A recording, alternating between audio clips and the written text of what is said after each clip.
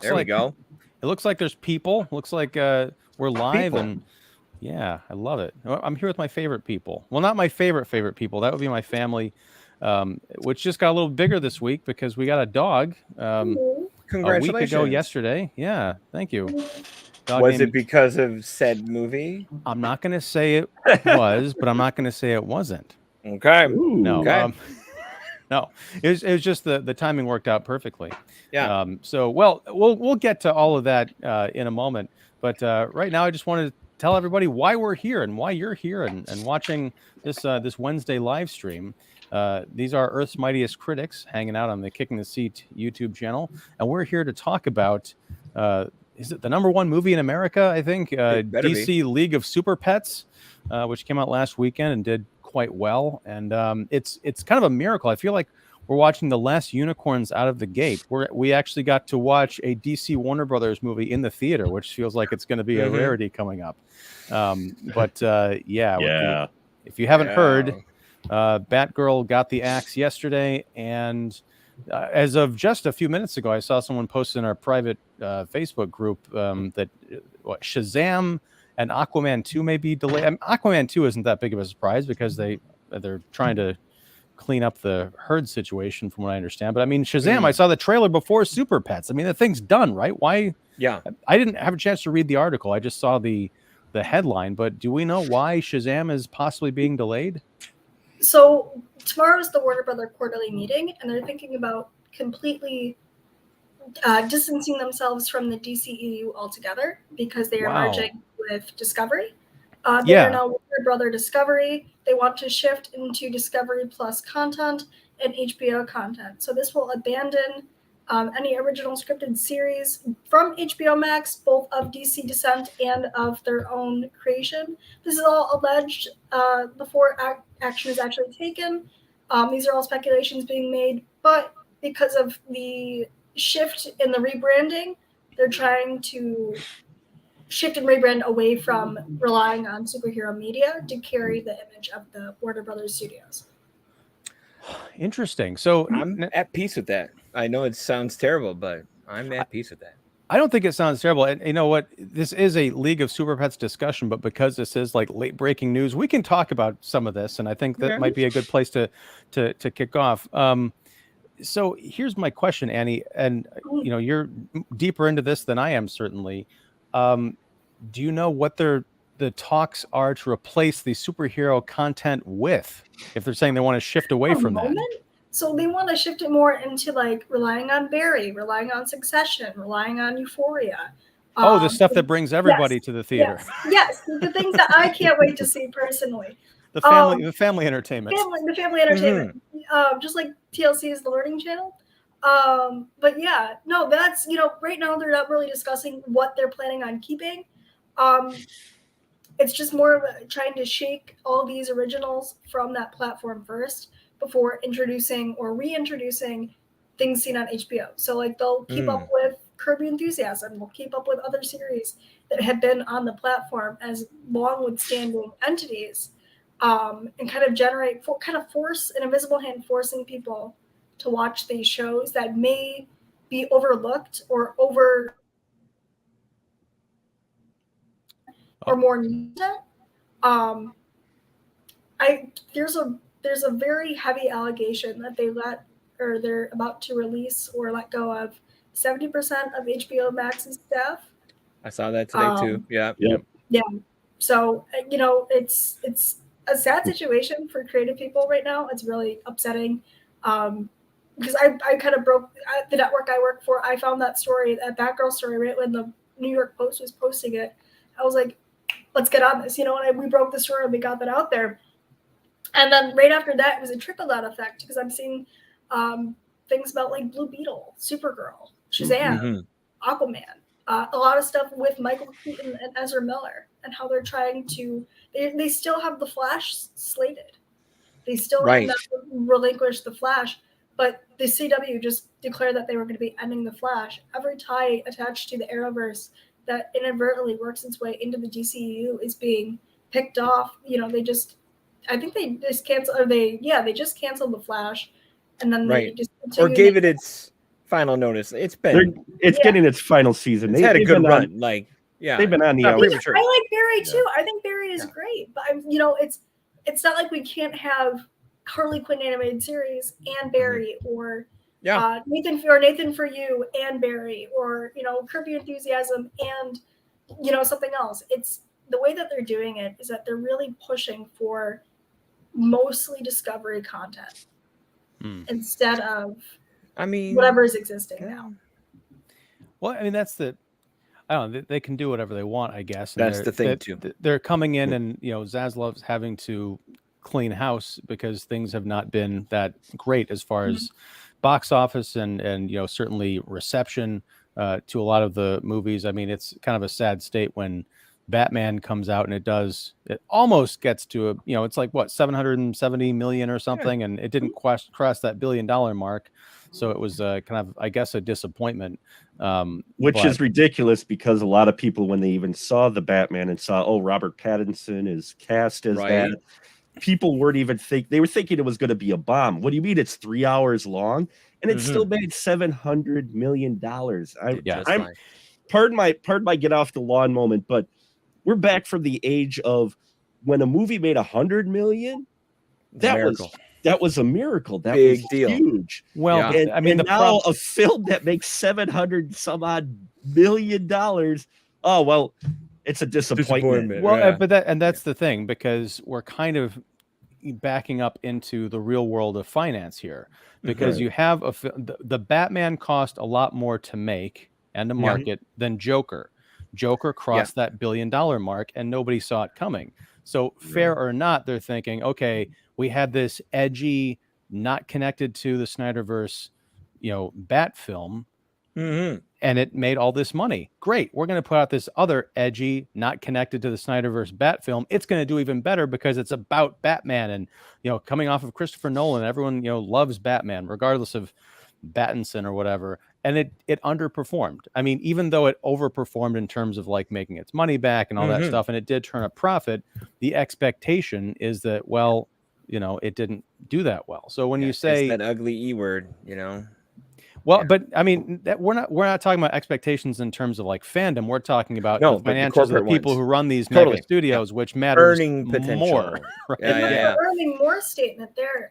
I just looked at what Discovery Plus has, because I mean, I would never go out of my way to look at Discovery Plus, except for maybe the exception of Shark Week. But it's a lot of reality television. Wait, Annie, isn't 90 Days on Discovery Plus? I think it is. Yes, 90 Day Fiancé. Come on, stay true to yourself. Stay true to us, the 90 Days I don't community. know about you, but I watch it through YouTube clips. Clips? Yeah. Why would you watch the whole thing? I watch it or cut through the. Yeah. No, you watch Pillow Talk, which condenses the 2-hour show down to 45 minutes. You get the best of it. Hey, we're going to talk offline. The Single Life is also on Discovery Plus, so there are 2 big reasons for you to subscribe. Yeah. But yeah, it's we were mentioning this earlier. I had a couple of folks who I work with who are more well versed on the financial side of it, and they're like, "Well, this is apparently reality TV is more profitable than scripted television and scripted series." It is. It is. Yeah. So that's another cheaper, thing that they were using. And whatever they said about the test screenings for Batgirl, I have a buddy in LA who went to the test screenings and said that the screening scored like a low 60 or something, which in that metric, it performs well.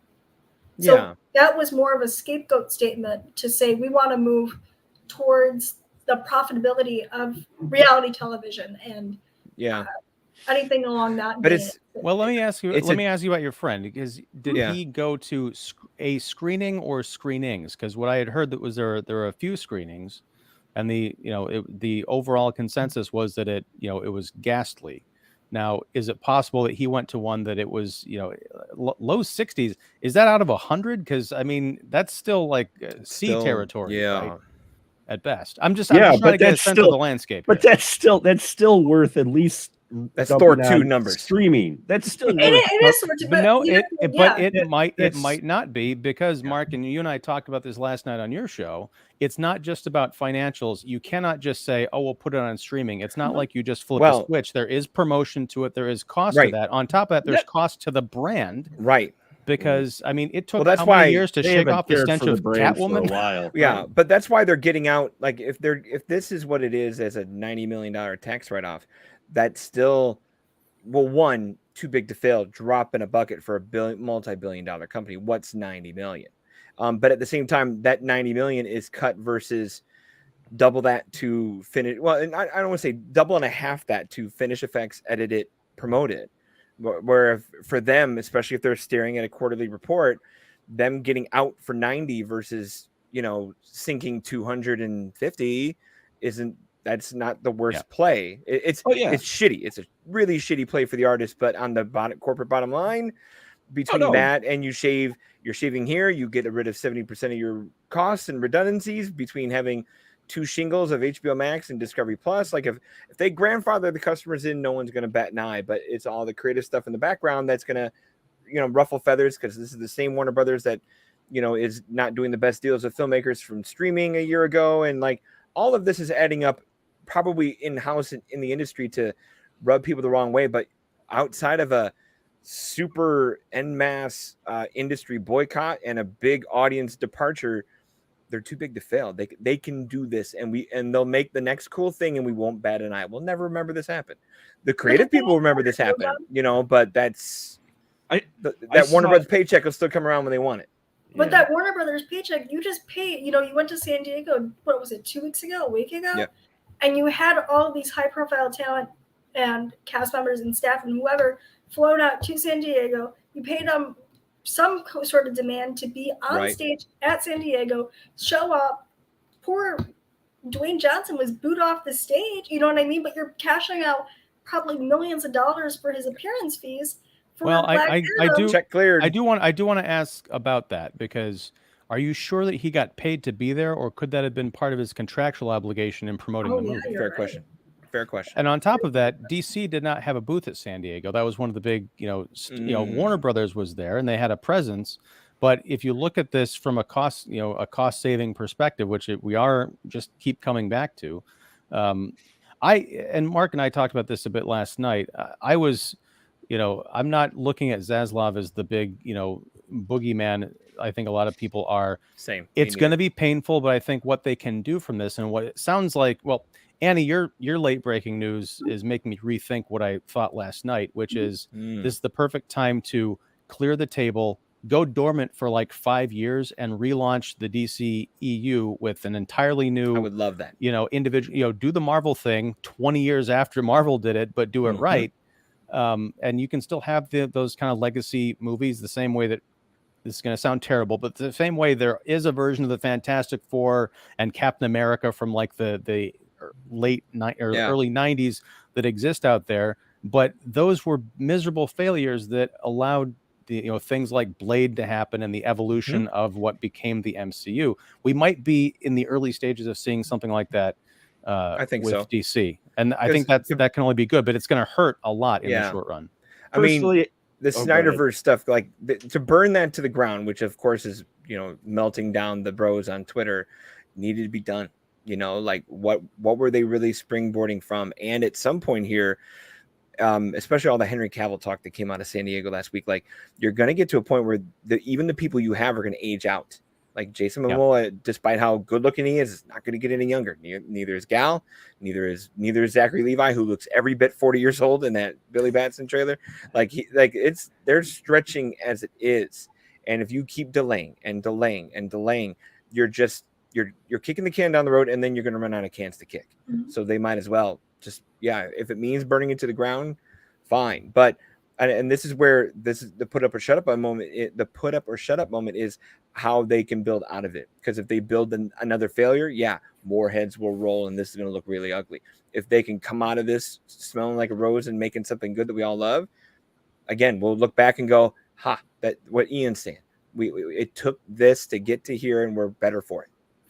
Now the flip side to that is Marvel is, they rolled out phase 5 and the beginning of phase 6. The danger is, let me just rewind the tape. Yes, we are talking about a new superhero movie, and yes, my moratorium on superhero movies for a year is still in effect, but I made an exception for this case, for DC League of Super Pets, which I promise we'll talk about tonight. I do have a segue for that when we get a chance. Okay, just coming up in a second. But my point is, all of this stuff, and I mean all of this stuff that I saw superhero related in terms of movies and TV shows coming out of San Diego Comic-Con, left me uninspired and just almost determined to just make this ban permanent because I had no interest in any of it. My question is, by the time they get through phase 6, if they even make it all the way through phase 6, depending on these returns, because Disney Marvel is just, knocking at the door of what DC is going through right now. They're not that far away. So my question is, if superhero fatigue becomes a real thing, if the audience drops off and the interest dries up, then could DC actually have their rebirth stalled? They're like, we're going to wait 5 years, but then 5 years later, they're like, everybody hates superheroes. I guess we'll wait 15 years. I absence way makes the heart grow fonder. I'm down with any wait time they put on it. See, personally, for me as a DC fan, it is heartbreaking to see a lot of things that I was kind of looking forward to because they sounded interesting. They sounded like they were just starting to, Blue Beetle was. I was really interested in seeing that. A Static Shock. Static Shock was talked about. I would have loved to see that. I'd rather them. In all honesty, I'd rather them. And it sounds bad because I wanted to see Keaton and the Batmobile on, but I'd rather them shelve Flash than Batgirl. I would have rather seen Batgirl than Flash. But for me, about the movie we're talking tonight, I think Warner Brothers should forget their live action comic book movies altogether and stick with animated. The one thing that DC has been consistent with since Batman the Animated Series, in all honesty, has been strong, well-written, animated comic book films. Now, most of them are either direct to video. Not all of them are great, but they've got a far more successful history and better produced product there than any of their live action stuff they came out, especially with the DCEU. I mean, Batman Mask of the Phantasm, if you talk to almost any Batman fan, they will say that's still one of the overall Batman movies made. Batman the Animated Series for me is still my favorite animated series of all times. It has not changed. And even the iterations they came out with afterwards, most of those were really good. And if they weren't fully good, they were at least interesting. They were doing something different. And that's like the film tonight, the DC League of Super Pets. I went in going, okay, it's going to be saccharine. There goes my pancreas. Goodbye. It's a kid's film, but I was seeing it because it was DC and I was curious. And I'm watching it going, this is actually a decent superhero story. I mean, it involves pets, but you've got a solid villain. You've got your solid characters in here. It doesn't feel like it's a complete mess. They throw in some surprises in there for you.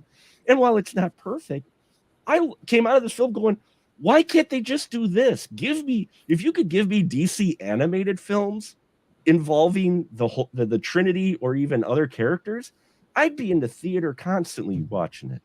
Now, I said a similar thing to my wife, Mark, coming out of League of Super Pets with our two boys. This was our youngest first trip to the movie theater, so it was a week of firsts, and he loved it. He loved the movie, and he also loved the movies because he asked me several times before we went to bed last night if we could go back to the theater to the next day to see another movie. I'm like, that's not really how movies work, kid. But no, I told my wife, I'm like, they need to get this crew or the people who generally write these movies to write the live action films, because that would be wonderful. You don't even have to relegate it, because there's not really a difference between this movie. If you took out the Super Pets angle and just made this like a Teen Titans movie where the teenage kids had to come in and rescue the adults or something, it would still totally work. You could do it in live action. I'm with Mark. I watched the best Justice League movie we've ever seen. It just happened to have pets in it. It's awesome. It was. It's great. Now, I have a big, and I mean a whopping criticism of this movie that involves the third act, and I still can't let it go, and I hate it. All right. But we'll talk about that in a little bit. David Fowley of Keeping It Real, we've not heard from you tonight, really, except in the private chat, and we're not going to share that with anybody. So how are you doing, sir? What do you think of DC and DC League of Super Pets? I'm doing good. You can hear me all right? Yeah, you're a little bit choppy still, but I got you. Like video, your audio's mwah. Well, let's see. Uh-oh. So, Hey, there's a super pet. So Scooter hasn't seen the movie yet. Oh, cover his ears. He's waiting for HBO Max. Yeah. He is. What's the matter? He is kind of a super pet. You know, I'm sure I have the same complaint you do with the third act. It's a cute movie. You know, it's good. I enjoyed most of it. I enjoyed a lot of like the production design, the world building, the art of it. Mm-hmm. I thought it was kind of beautiful, like the opening with on Krypton. I thought that was, you know, and of course we talked offline about the soundtrack, including, excuse me, the old John Williams touches of the old John Williams soundtrack, and even when Wonder Woman comes in, a little bit of the one Linda Carter theme song and everything. So there's some really fun nods to DC and Warner Brothers history as far as television and big screen. I don't know. I feel like the way some of the Justice League characters are depicted it's a little too jokey for me. Fine, I get it. I get who it's pointed at. Sure, target audience is you know, quite younger than me, but it almost made them feel like less, I don't know, iconic or powerful or you know, like I don't know what was going on with Aquaman, but whatever. You know, I was like, what is happening here? But anyway, and I liked, again though, but I at the same time I liked the visuals of like even how the Justice League were designed, like their look, you know, maybe a little bit like out of proportion, you know, you know, especially like the Batman. Batman and even like Superman's head, you know, and they had no problem with, you know, giving women hips, which is great. So, you know, I there's definitely pros and cons with like the depiction of the Justice League, but as far as the super pets themselves, I mean, you know that the two leads, you know, Ace and Krypto, are gonna be drawn exactly to look like Dwayne Johnson and Kevin Hart. So there's that. Outside of them, I mean, I think there are some interesting deep cuts, like, you know, Metron is actually part of the DC lore. Really? He was he was in, I forget what comics he was in, but he was kind of like a peripheral character in a weird phase in DC. I think it was like 50s and 60s. The turtle you're talking about? The turtle. Yeah. Wow. Okay. Yeah. I think the potbelly pig is the only like new, because Chip the squirrel actually he was a member of the Green Lantern Corps. Yeah.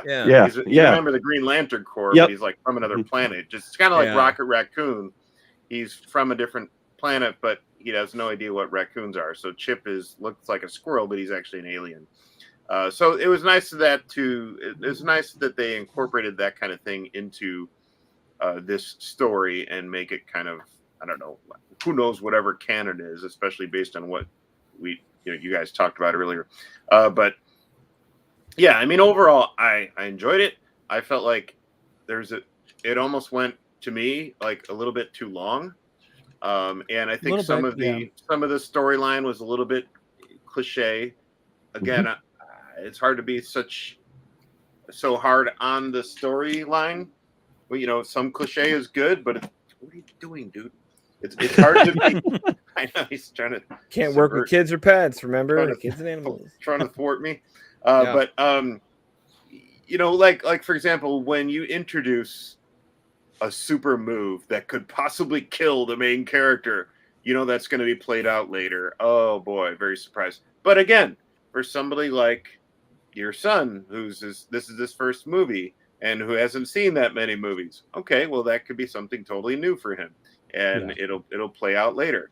But for us, we've seen so many movies that just seems kind of like, you know, storytelling cliche a little bit. The one thing I'll say in defense of that is that they introduced that super solar pup punch or whatever it is. Solar punch. Yeah, early on enough in the movie, and I think this is where the long runtime benefits the burying of that gag. So much happens between the time that's introduced and the climax. It's like, I'm gonna do this thing. It's like, oh shit, that's right. That was a thing from like an hour and a half ago. In all honesty, for your target audience too, you know, the kids, you get that introduced, you barely show it, you have all fun with all the characters, all of a sudden it shows up, you know, for your target audience, they may not recall it right away either. Yeah. Oh, you know, wait till you see Bullet Train, people. I did. They telegraph every piece they can possibly telegraph. Like that's called the move we're talking about. No. But like the move, like what Dave's talking about, like they tell the move, they tell every move every 15 minutes in that movie. So, but different show, different movie. So. Well, Don, I want to segue to you because you saw this early at a critic screening, but it was a critic screening where you're able to bring your kids. Yeah, Molly and Sam, I was jealous. They had like swag there, like capes for the kids. Sweet ass swag there. Yeah, I didn't get none of that. Tell me, did they have a Squeaky Bruce?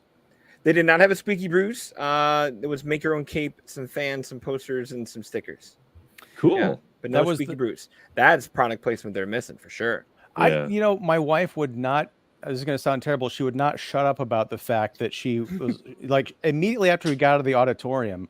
I went to the bathroom. The kids were looking at the standee, and she was on her phone looking up where you could buy a Squeaky Bruce. So the entire ride home, because we got a dog and everything, she's like, "I want a Squeaky Bruce for Yogi," and apparently she couldn't find one, which is a huge missed opportunity.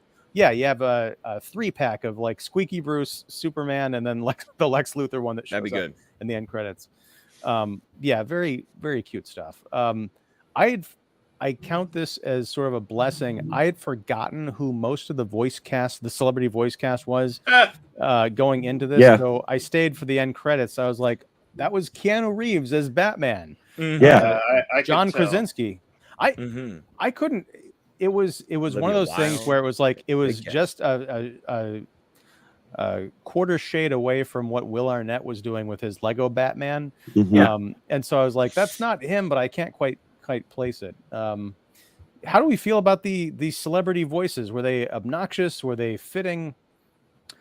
I mean, you know you're going to get the Johnson Hart repartee that's been well worn in many movies, you know, and how can they scale it down to a PG level? Because you see all the press for the movie and they're just, you know, they're cursing silly tortilla slapping selves, which is hilarious. And I thought they were fine. Like you would expect The Rock to be over the top, you expect Kevin Hart to be over the top, but I feel like they reined it in.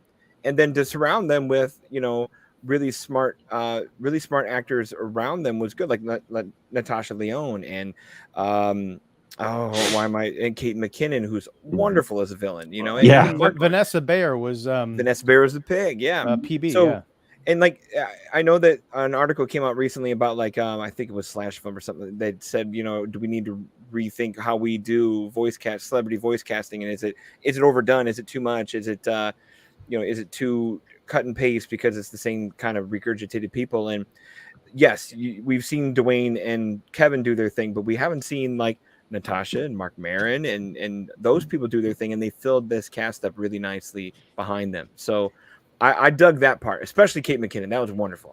I know my kids watch Magic School Bus where it's like, yes, it's Miss Frizzle doing her thing, but but it's still Kate McKinnon and she's wonderful. So I did not pick up that was Mark Maron doing Lex Luthor. It was weird because it didn't.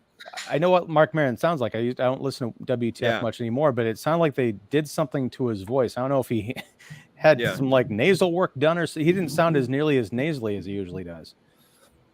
I don't follow him. Yeah, I think it would have been great deep cut to bring back like Clancy Brown and Kevin Conroy and put them in this kind of comedy.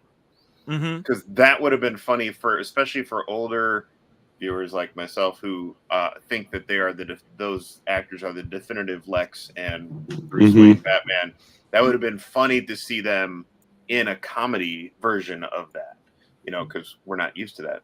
I can understand, maybe not casting, George Newbern and Tim Daly, as Clark Superman, and have Krasinski, but having like Conroy and Clancy Brown as Lex, that would have been pretty funny and pretty cool. But to me, knowing Keanu Reeves going in, unlike you, knowing going in that was him, I was like, it was almost like too much like dude Batman. It's like, but it plays. There's more Bill and Ted and less John Wick. Well, it was golden to me, the bit where were they gerbils or hamsters? Oh, gerbils or guiney pigs. Guinea pigs. They were guinea pigs. There's a whole bit. Yes. Right. Yeah. I'm sorry. Yeah, Kate McKinnon's gonna get you. Yeah. No complaints there. But they all mutate and they get their superpowers or whatever, and just the look of confusion on his face as all this weird stuff is going on around him. I just thought that was wonderful. I mean, I'm a big fan of like the Lego Batman movie. And I just like these meta sensibility movies. We asked I think David, you wondered where in the continuity of this was. It exists outside of that because there's a fun joke at the end where Batman is like, Batman works alone except for Robin and Alfred, and then they circle back to him like 5 minutes later, and he does say, and whoever Morgan Freeman played. yeah. But I like your word. What is it? Meta sensibility. That's a great word for it. Yeah, and it works, but it's not too meta. It's not adults winking kind of inappropriately in a kids movie. It just it all works. It's something for the kids and the adults, which I think is a lot of fun. Annie, tell us, what do you make of the? Well, first of all, I gotta ask someone, so I'll ask you. It's DC League of Super Pets. Why isn't it DC's League of Super Pets? What's going on there? And what did you think of the movie?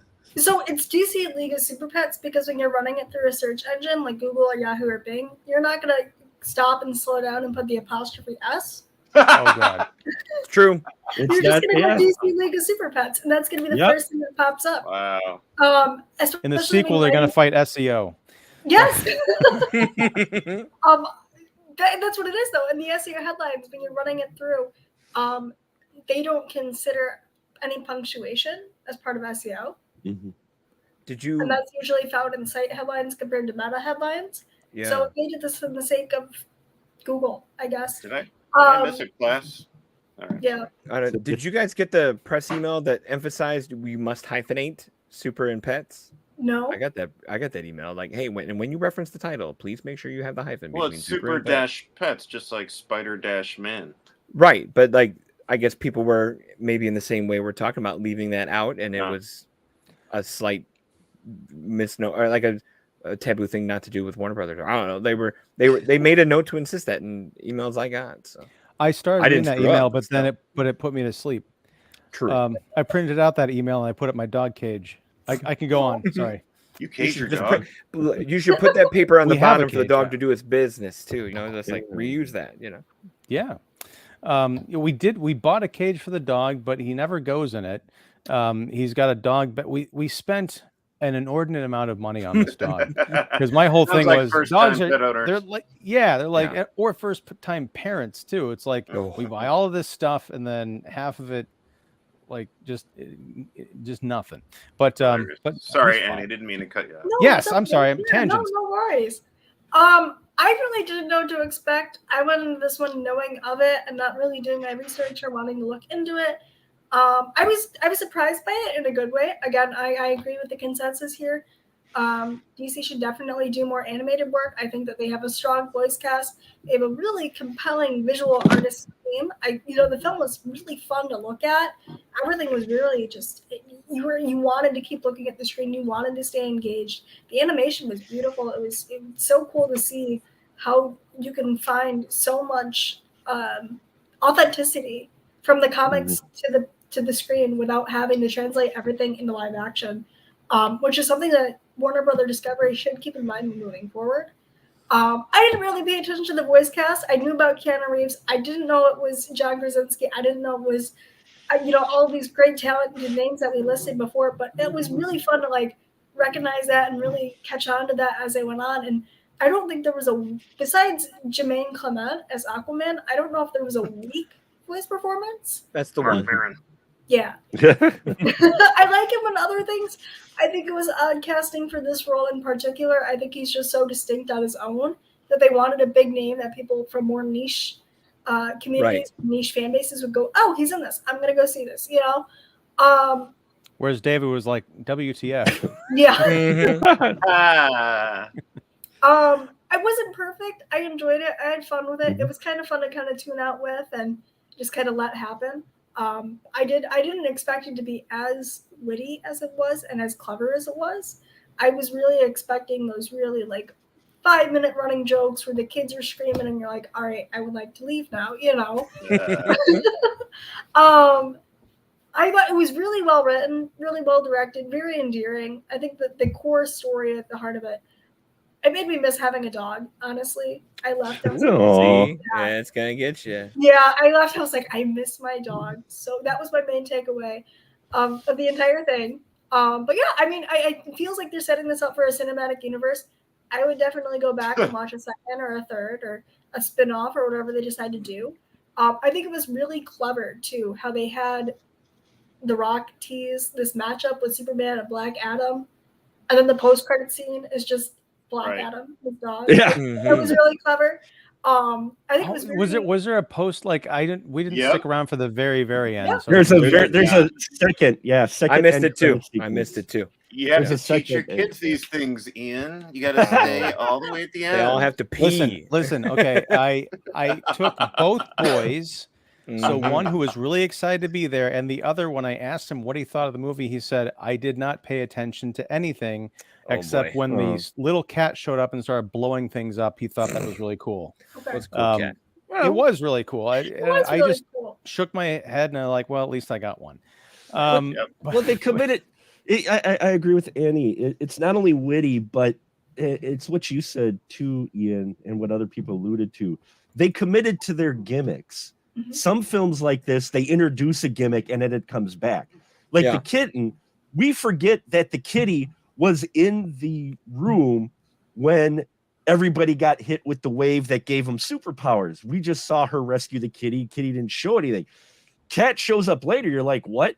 And starts shooting rockets out of it. You're like, okay, they're going to end Kitty fairly quickly. No, Kitty's involved in a longer sequence than expected for a film like this with their superpowers. So, I mean, I appreciated it. So many animated films, and I could say this, not so much, from Disney and that, but, you get other films that are produced by other studios that seem to talk down a little bit to kids, or the way they handle the material. They don't think kids can put things together or whatnot. So, you're watching it going, yeah, it's goofy, but it doesn't really seem to have a well thought out plan. This one has a solid story, at its core from start to finish. They commit to things, they introduce things, and the world building. I want to see more of this world because gorgeous, not only gorgeous, but just the state of the world that just the things that they introduce into here, that you do still have superheroes along with these pets, and there's some head scratching moments, but it doesn't talk down to the kids, yet they also throw in references, like you said, some deep cuts. Like I was telling Don, the soundtrack to this is one of the best soundtracks of any of the movies that have been released this year so far. It's a wonderful soundtrack that you can hear. For one, even though it's an animated film, you can actually hear. And not only did I pop when they did the Krypton theme, not just Superman, they did a Krypton theme when they're on Krypton, but they did Danny Elfman's theme again when Batman showed up. They threw in those nuggets as well. So they put thought into this. Why they can't do this still, like we were saying before, with their live action stuff, I don't know. Because like you said, right down to the technical part of like the mix, like this music was there, but it wasn't Snyder, Junkie XL drums over the top craziness. Like and then even the effects and the powers all have their quirky sounds, and they just really got it right. The voices aren't overbearing, like just a good mix. Whoever's there, like you said, making these movies, that creative house, they're running real smooth. I was struck by something a little bit after I finished this movie. It reminded me of another movie that we talked about this summer, Buzz Lightyear, because the character dynamics in this movie are almost identical to the ones in Buzz Lightyear. It's true. I know that movie has its fans here on the panel, but I hated Buzz Lightyear with a passion, and this movie underscored why I didn't like it at all. I think the kind of the ragtag group of oddball characters that kind of team up with the hero who's kind of being brought down a peg and has to kind of rediscover himself. I feel like there was more of a purpose for them to be in the story than there was in Buzz Lightyear. They were more just kind of like background relief, whereas in here they all have their own kind of journeys, and I like that they, it's kind of obvious they're going to pair up with someone from the Justice League at the end, but I loved how they got there. I also did, it's much like I never need to see Martha and or the Waynes get murdered again in Crime Alley. I thought it was coming though. Well, like, I didn't they did think the Krypton thing, like when they killing Thomas and Martha. Right, Thomas and Martha, yeah. Well, but I didn't think I needed to see Krypton explode again. Boy, was I wrong. Because that opening sequence was so lovely, but also it introduced something that I'd never really considered before, because in the Richard Donner Superman, when the giant chandelier takes off into space, we see baby Superman kind of growing up, but he's all about the crystals and like the education. He's like kind of going to class and he's sitting there just like watching all this stuff go on. In this, you realize that Superman, baby Kal-El, is completely alone and he's crying and he's scared. And then Krypto jumps up and gives him comfort. It really kind of drives home a point that we don't really get into. I haven't read every Superman story, but this idea of it wasn't just this journey where he showed up on Earth a day later. He was traveling through space for a long time, completely by himself. So it's just in addition to jokes and kind of meta commentary, there's some really nice ideas in here for people who are fans of the comics and these characters. Yeah, well, I mean, it definitely builds the heart of the movie with that, and it right away it earns our attention, and we're kind of really taken by the family aspect of that. That we forget that Superman, we forget that Superman's an alien sometimes, and that, he comes from a family that's not of this, planet. It's like I'm talking about him like he's not a fictional character, but he's your cousin from Nebraska. That's right. Yeah. But yeah, I mean, I think that was a nice touch. It wasn't too heavy-handed at all. And again, the visuals are just beautiful. Like when that chandelier is leaving the planet, and it's just, I thought too that is there another way that we can show Krypton being blown up? I mean, I'm probably in a minority. I actually like what Snyder brought to that aspect of Man of Steel, with the whole world building and everything. I thought that was interesting. I did too. It was interesting to see them incorporate a little bit more of the Donner production design and keeping with that. I even liked the way Bryan Singer incorporated that a little bit into Superman Returns. So I like the fact that WB and DC are recalling their history and remembering what people grew up with and what they like. So it's interesting to see that. And of course, Alfred Molina and poor Lena Headey, she hardly had any lines in there, and I'm like, what? I found out that she was playing Lara. I'm like, what? The interesting part of that whole Krypto thing was later on in present day when we see Krypto talking to his father, voiced by the great Keith David. Keith David, yes. Dog L. Yeah. Dog L. That was. I love it. We've gotten two Keith Davids on the big screen. Yeah, this year. It's been a great year.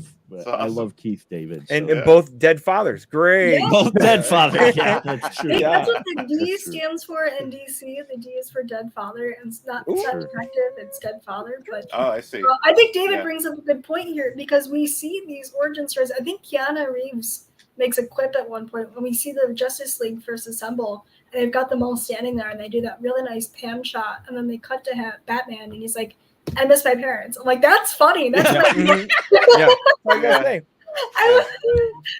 really good. But that's a great timed callback where you can acknowledge the joke that everyone's waiting for and the scene that everyone's waiting for without having to show it. Whereas this is more of, it's not even Superman's movie, but it kind of honors and respects his origins that are really overlooked in comparison to the more other, not to say that it's more or less tragic, but I think we trivialize it because it's not earthly and we don't really connect to it. I don't know about you guys, but none of my friends or family have had their home planet blow up and, travel through space and time. But I think it's really unique how they did that. And you feel that immediate connection and sort of an intimacy with the film right off the bat, compared to it being like where you see in other films. I know Birds of Prey did it, where they decided to double down on Harley Quinn's upbringing and how they made it really raunchily comedic and really obnoxious in a way, where they decided to elevate that cartoonish aspect, where this could have been as cartoonish and as silly and as trivial, but they decided to ground it. And that really appeals to a new generation of audiences, and it appeals to a new generation of filmgoers and fans who look at this and go, I really like this character, I want to learn more about him, he reminds me of someone I know, he reminds me of me, I want to look into this and I want to connect with this. And I think that being able to find a spot for the retelling of how Superman came to be and how he landed on Earth and all that is really nice, because it's refreshing. You don't see it constantly. I'll echo that and double down with Ace's history and origin too, where how many times have we seen that character be super angsty, super negative, about like their situation and like just push everybody else away. He was like, they played that character as, stoic and cool enough to be like, hey, that's the hand I was dealt. I'm cool with it. I look how it adjusted and it never got me down. I love that they played that up versus the usual ultra amount of healing you normally have to do in these movies. And like this guy had found his healing internally, got more of it with friends and good people, and it wasn't, because I've seen that cliche 1,000 times too. So live action and animated. Well, what I loved about Ace's origin is, it kind of, I think the people who wrote this movie were really paying attention in a good way to, the best of Pixar, because I feel a lot of Up in this movie. The late stage kind of like revealing vignette that gives context to something and, really gives the movie its heart. When we find out, Ace's origin, which I'm just, because we're kind of winding down here in the last like 10 or 15 minutes. So we're going to be talking about some spoilers. But so Ace's story, he gets brought home by a family. They've got a little baby girl, I guess, who was toddling on the stairs while the parents were in a different room. Baby goes right up and almost over the edge. So Ace runs, grabs the kid, with his mouth, has to bite into the arm. The kid's completely freaked out. The parents come out, and all they see is the baby lying safely, further along the edge of the steps, but with a giant, teeth mark in the arm. And off Ace goes to the shelter. But it is a genuine moment of heroism that kind of presages, the movie starts out with Krypto being kind of like the pampered dog with the superpowers. He's Superman's dog and everything, but through circumstances sort of beyond his control, he ends up losing his powers just as the other shelter, animals get superpowers. So there's a fun dynamic there, but you see the superhero having to learn how to become a mere mortal, and then the mortal getting powers, but also realizing their own kind of innate heroism. It's just a very sweet, it's not really a message, but it's just kind of sweet ideas that I like the idea that kids are going to grow up watching, this kind of a film. Yeah. But I gotta ask. Oh, go ahead. Sorry. What's that third act hang up you two have? I gotta know. Well, David, do you know what I'm talking about? Maybe. I mean, I feel like it gets a bit too bombastic with the little guinea pig becoming this big behemoth and becomes then it's just like it goes nuts. Like we had to have that in order to be a threat. Like she still couldn't be this tiny threat that she was. We have to blow her up. And then it starts terrorizing the city and blah, blah, blah. I just feel like it was this obligatory, climactic, big, huge battle, Yeah, that's not, I understand there with you, but my issue, and we were talking about earlier in a positive way, how this movie kind of remembers other films and kind of incorporates pre-existing lore. My biggest issue is this is a Warner Brothers movie. Warner Brothers also put out one of my favorite animated films of all time, The Iron Giant. Yes. At the end of The Iron Giant, you've got Vin Diesel as the giant, robot from outer space. The army, through a misunderstanding, launches a nuclear missile up into the sky. Iron Giant looks around the town. Everyone's freaking out. He looks at young Hogarth, the little boy who's befriended him, and says, I've got to go. He doesn't say it because he doesn't really talk, but he decides he's going to fly up and intercept the rocket and blow himself up. And he's flying up into space, and he hears the inspirational words of his new best friend. And what does he say? He said, the little boy says, "We are who we choose to be." I'm getting goosebumps just thinking about it. And he says, "Superman." Yeah. The climax of DC Super Pets. We've got, it's a rocket. What I don't even remember, but it's essentially the same thing where Krypto decides that he's got to fly up into he's got to go up into get the power of the sun in order to stop guinea pig lady Lulu from destroying the city.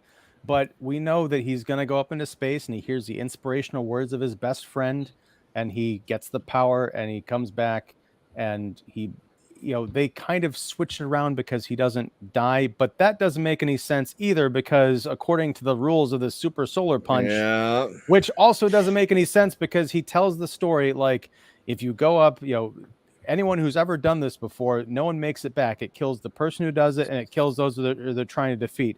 How does anybody know that? Right. So who's alive to tell that tale? Right. Was that in the Kryptonian crystals? I don't know. It was. That's why Power Girl's not in this movie, right? Yeah. Well, but it she also may never be in any movie after this.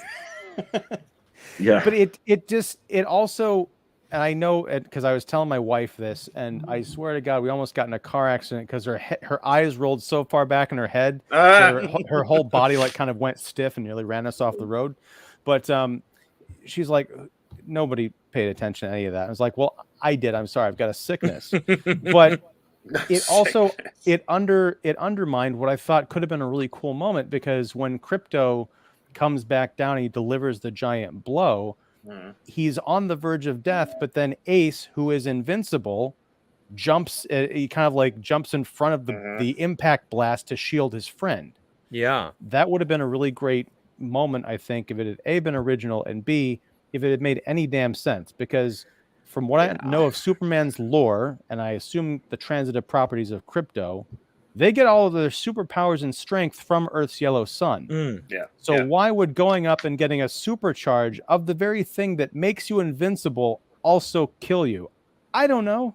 It's like overdosing on a good drug, right? Is that how we can put it, Mark?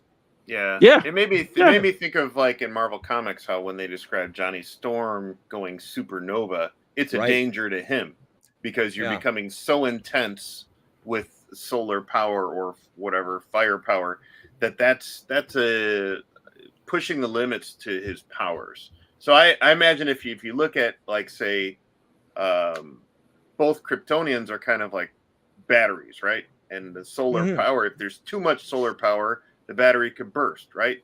So maybe that's the situation. So fly 1,000 miles far away enough from the sun, just absorb it, and then fly back and do your super punch. Get a tweener spot, say wave at Mercury and be like, I'm close enough. Yeah. Right. Yeah. I don't know. They just had speaking of repetition, they just had Tyler Hoechlin have a moment like that in the season finale of Superman and Lois this year, where he had to go supercharge himself at the sun and come back and beat the big bad lady too. So yeah, it's kind of it's the dice move from Knocked Up. It's what he's got. So yeah. What? Knocked Up? Yeah, I just liked your hand motion there. Well, you call the dice move. Yeah. All right. Well, so that's my gripe. I mean, and that's the problem. There's part of me that I love Iron Giant, but there's also a part of me that wishes I'd never seen it before, so I could enjoy the end of Super Pets. I don't know which I take more on the memory wipe, but and if anyone out there has not seen the Iron Giant, go see it. Especially there's some places that they'll do like revivals and you can see on the big screen. I definitely recommend that. It's awesome. I ordered the vinyl, but it's still delayed. The pressing. It should be from Mondo. Fall. Yeah. Yeah, they did. It's colored vinyl and the whole nine. Because I love Iron Giant too. It's one of the Don Bluth things that I really enjoy. That don't make my pancreas run away. Like however many dinosaur films they ever made. Speaking of Don Bluth, did you see that they're doing a animated feature of Dragon's Lair? Yeah, I heard about that. That'd be interesting. Like what 2D animation or?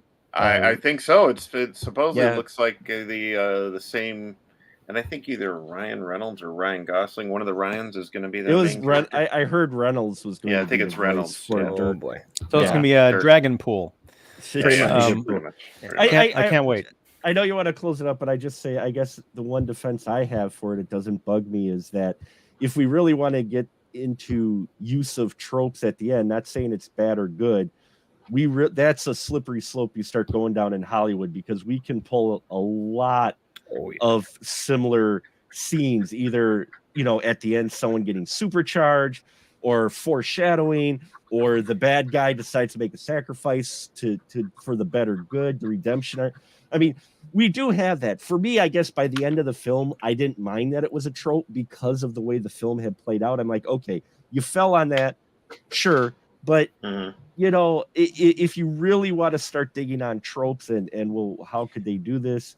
That's a slippery slope. I think, just personally. I understand where you're coming from, Mark, but I mean, I got to push back on that a bit, because we've got 95% of a movie that is not necessarily original, but it covers up a lot of things we haven't seen before, with great writing, great performances, ideas, things that we've spent a half hour talking about. So and especially because they're ripping off their own catalog and a beloved movie that a lot of people, I would imagine, adults going to see this, would have a recollection of the Iron Giant. If they don't love it, it might be in their memory somewhere. So you're like, I've seen this before. Just find something else. It's kind of like, and I understand, yes, movies do go to the well, but that's never really an excuse, because these people get paid a lot of money to come up with stuff. That's why I said they deserve to be called out. It's not good or bad, I guess, just for me, for when I do the criticism, it that doesn't bug me so much. Just because they mix the by having the they have the Iron Giant moment covered by the self-sacrificing protective move of Ace, where that's not the exact Iron Giant ending. It's enough to be a different. It is the Iron Giant, but Iron Giant with an extra twist or layer. Well, but I think, and I didn't really talk about this, but in that moment, I liked the idea of Ace jumping in front of that blast. But, and this sounds weird to say, but I think it was poorly shot. There was like, he was just kind of standing there, and then all of a sudden he's in between the blast. Like, it didn't work. And so I'm watching this thinking, I'm watching a derivative moment and a clumsy moment that could have been tweaked to work, but it just didn't. So it just kind of bugged me.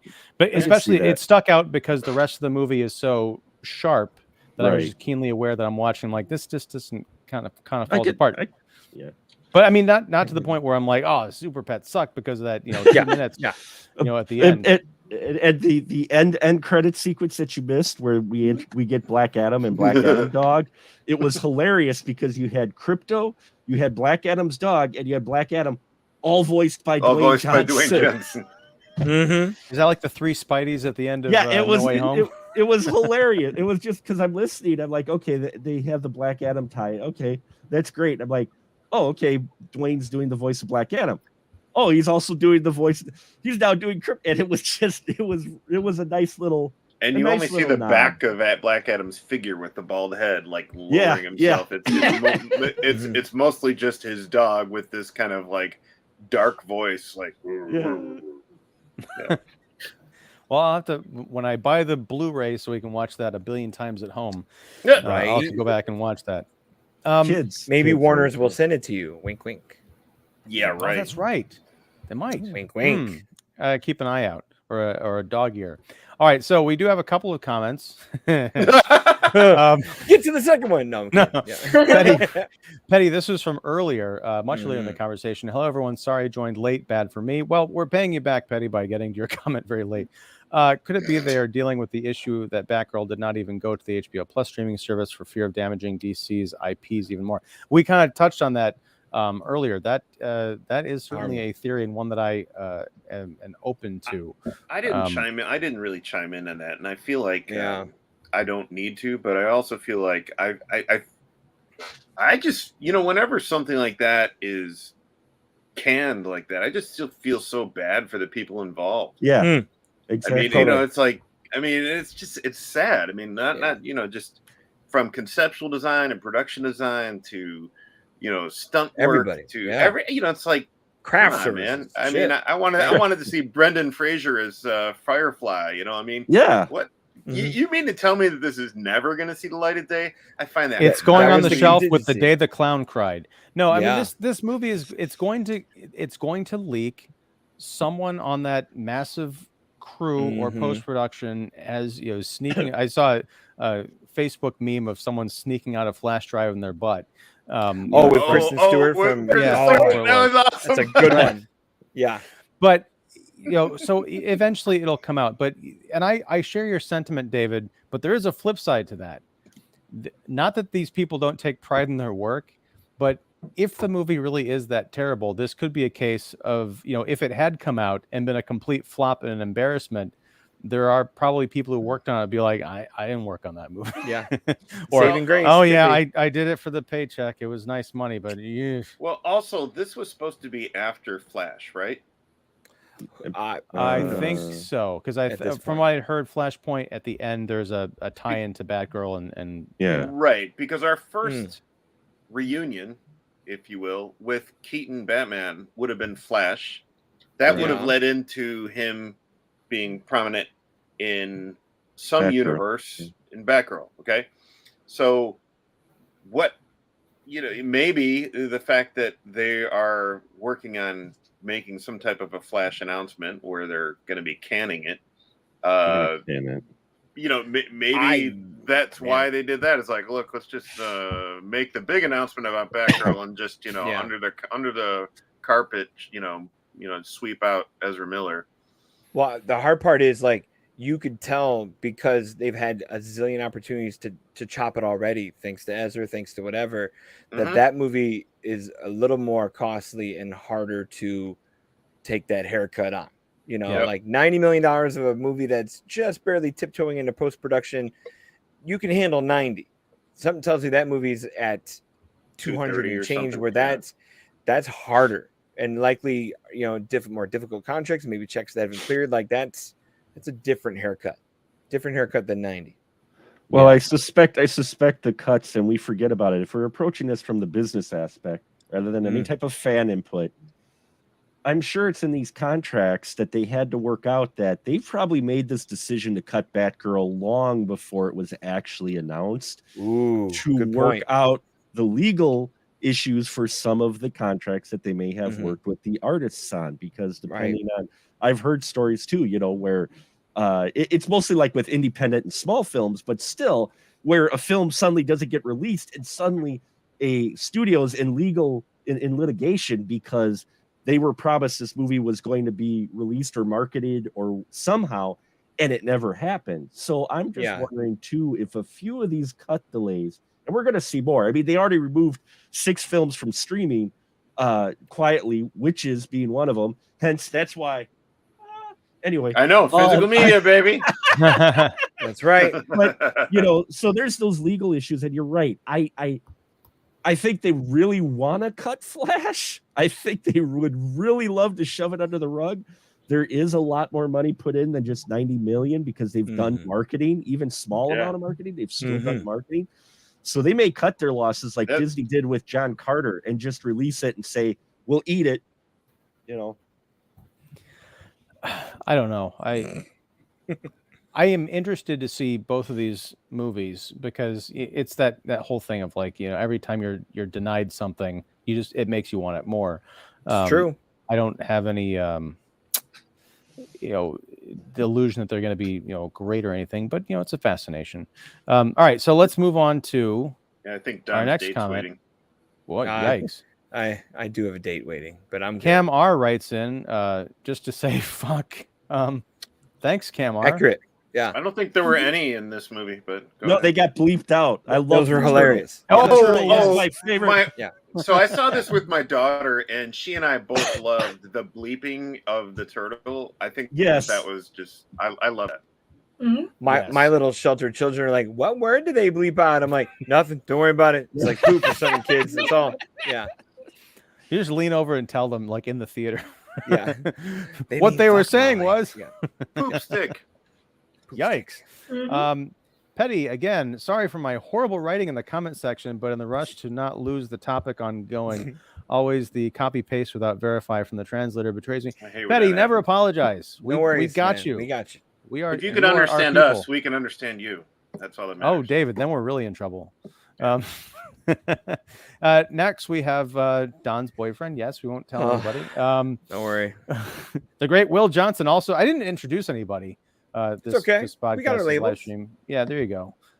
If Don doesn't show up for our CHF episode, I'm gonna punch everyone. Are you moonlighting on us? What are you talking about, Don? At 9:30, I'm supposed to have a guest from New York talk about Back to the Beach and Repo Man. Oh, go get them, Kahuna. All right. Well, we will jump off right after we. This, no rush, no Petty. worries. Okay, those fuckers can wait. Yikes. Yeah.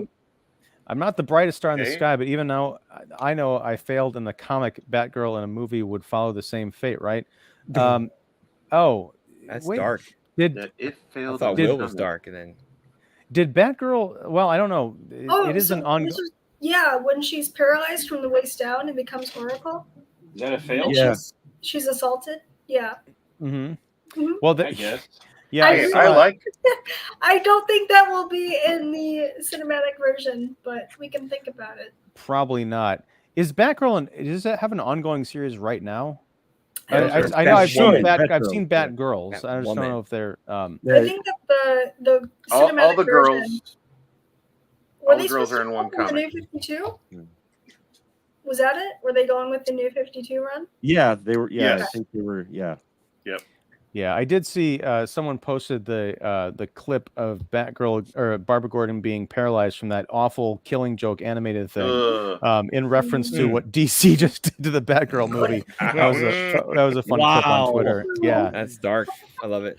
And then incoming punches. Ooh, hopefully there's lemons and oranges and cherries in it. All right, fine. Well, with that, everybody.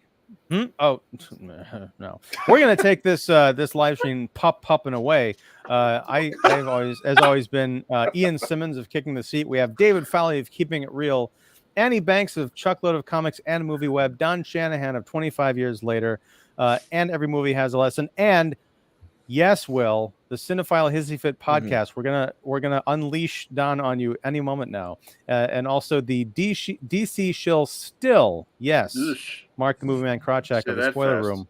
Yes, I do my best.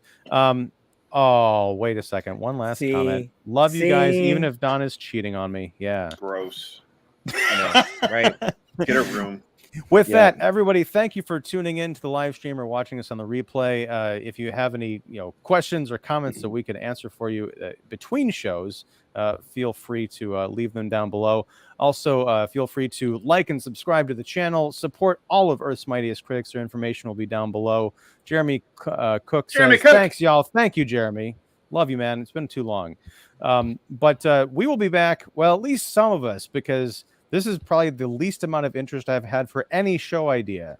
Next Wednesday, 8:30 p.m. Central, we're going to be talking about the 25th anniversary of Mark A. DePay's blockbuster adaptation of Todd McFarlane's Spawn. Oh, wow.